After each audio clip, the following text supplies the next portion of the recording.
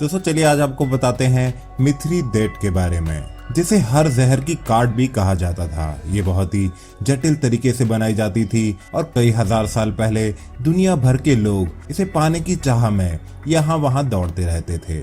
सुनने में कहानियों जैसा लगने वाला ये एंटीडोट तकरीबन 60 चीजों से मिलाकर बनाया जाता था और ये कई 100 सालों तक इटली और फ्रांस में हर जहर की काट के रूप में इस्तेमाल किया जाता था। पर आखिर इस काट के पीछे क्या राज था, इसे कैसे बनाया जाता था और क्या ये चीज असली में मौजूद थी भी कि नहीं, चलिए आज हम यही जानते हैं। आप देख रहे हैं फैक्ट जीनियस।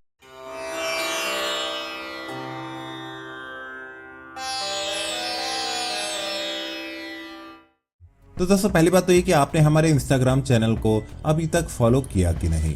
इसका लिंक नीचे डिस्क्रिप्शन में मौजूद है, तो तुरंत फॉलो करें। तो दोस्तों मिथ्रीडेट नाम का एंटीडोट किसी डॉक्टर ने नहीं बल्कि मिथ्रीडेटस द ग्रेट नाम के एक राजा ने बनाया था। इस राजा का जन्म हुआ था 135 बीसी में और ये तकरीबन 60 साल तक पोंटस के राजा थे। मिथ्रीडेटस पर्शिया के राजकुमार थे और कई सारे बड़े राजा जैसे कि Cyrus the great, Darius the great और अलेक्जेंडर द ग्रेट तक, जिन्हें हम सिकंदर के नाम से भी जानते हैं, ये उनके ही वंशज थे। दरअसल मिथ्रीडेटस नाम के राजा जब अपनी उम्र के यंग एज में ही थे तभी उनकी मां ने उनके पिता को जहर देकर मार दिया था। उनकी मौत के बाद पोंटस का राजभार का काम उस रानी को ही दे दिया गया था। पोंटस का राजा आगे चलकर बनना था मिथ्रीडेटस को, पर अकेले मिथ्रीडेटस उस राजगद्दी के हकदार नहीं थे। उनका एक भाई भी था जिन्हें उनकी मां इस राजगद्दी के ज्यादा काबिल समझती थी।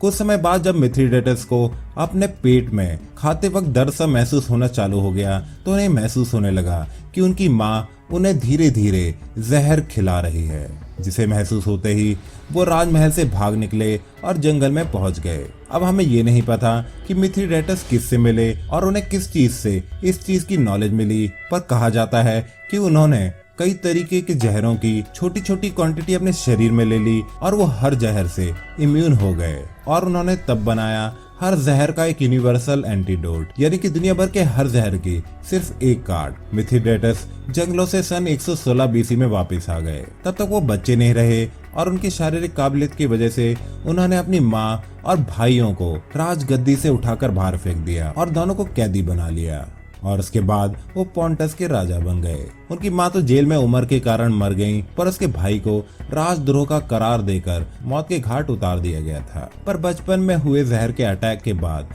मिथ्रीडेटस पूरी जिंदगी इसी डर में घिरे रहते थे कि कोई भी उनकी जान ले सकता है, क्योंकि उस समय की राजशाही में ऐसा बहुत ही कॉमन था, इसलिए उनका डर वाजिब भी था। माना जाता था कि वो जब भी सोते थे तो उनके साथ एक घोड़ा, एक सांड और एक 12 सिंगा साथ में सोता था। ये तीनों ही जानवर बहुत ज्यादा शोर तब बचाने लगते थे जब कोई भी राजा के बेड के आसपास आता था, पर जहरों में उनकी रुचि बनी रही और उन्होंने उस समय में मौजूद सारे टॉक्सिन्स के बारे में, सारे जहरों के बारे में रिसर्च करनी चालू कर दी।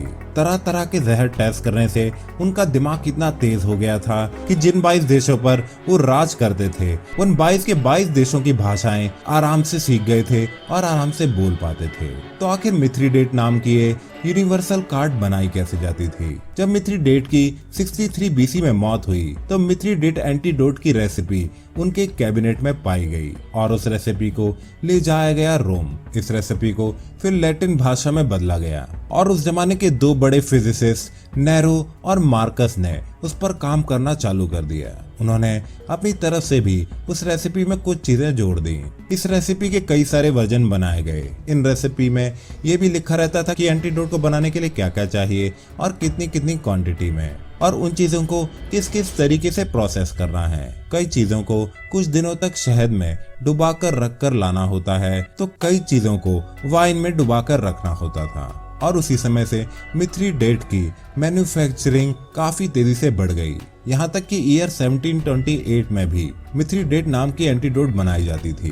पर दरअसल में हुआ ये कितने सालों साल ये रेसिपी इतने हाथों पे पास होती गई और कुछ लोग इसमें जोड़ते गए और कुछ लोग इसमें कुछ ना कुछ घटाते गए, जिसकी वजह से ये रेसिपी काफी हद तक चेंज हो गई, जिसकी वजह से इसे बनाने में लोग गलतियां भी करने लगे। एक छोटी सी गलती भी इस एंटीडोट को जहरीला बना देती थी। इंसान को ऐसा लगता रहता था कि वो कोई एंटीडोट ले रहा है, लेकिन वो धीरे धीरे उस जहर का शिकार बनता जाता था। ये रेसिपी बाद में कई लोगों के हाथ लगी और कई लोगों ने इसे बनाने की कोशिश भी की। इस रेसिपी में 60 से ज्यादा चीजें डलती थी और वो भी एकदम ही अलग अलग क्वांटिटी में। कई चीजें सिर्फ एक चुटकी में डाली जाती थी तो कई चीजें एक मुट्ठी भर। कोई भी दिमाग इतना तेज नहीं था कि ये समझ पाए कि आखिर ये सारी चीजें मिलकर कैसे एक एंटीडोट को जन्म दे देती हैं। तो आखिर में हुआ ये कि धीरे धीरे मिथ्रीडेट की रेसिपी पूरी तरह खो गई और वो अनमोल चीज जो राजा मिथ्रीडेट ने खुद अपने हाथों से इजाद की थी, आज के जमाने में वो कहीं भी मौजूद नहीं है। तो दोस्तों, ये तो बिल्कुल सच है कि मिथ्रीडेट नाम के एक राजा थे और ये भी हिस्ट्री में लिखा गया है कि उन्हें हर पॉइजन से इम्यूनिटी थी। मिथ्रीडेट नाम का एंटीडोट सच में था या फिर इतिहास से पास होती गई बातें कहीं बीच में बदल गई हैं। अब इसका सच में पता लगाना तो बिल्कुल ही नामुमकिन है। वैसे ऐसी कोई चीज असल में बनाई भी जा सकती है अगर कोई बहुत ही ज्यादा दिमागदार केमिस्ट या साइंटिस्ट हो उसके द्वारा। पर आपको क्या लगता है, अगर ऐसी कोई चीज होती तो क्या वो हमारी दुनिया के काम आती? हमें कमेंट करके जरूर बताएं। इस वीडियो को लाइक, शेयर और हमारे चैनल को सब्सक्राइब करना ना भूलें। मिलते हैं अगले वीडियो में। आप देख रहे हैं फैक्ट जीनी।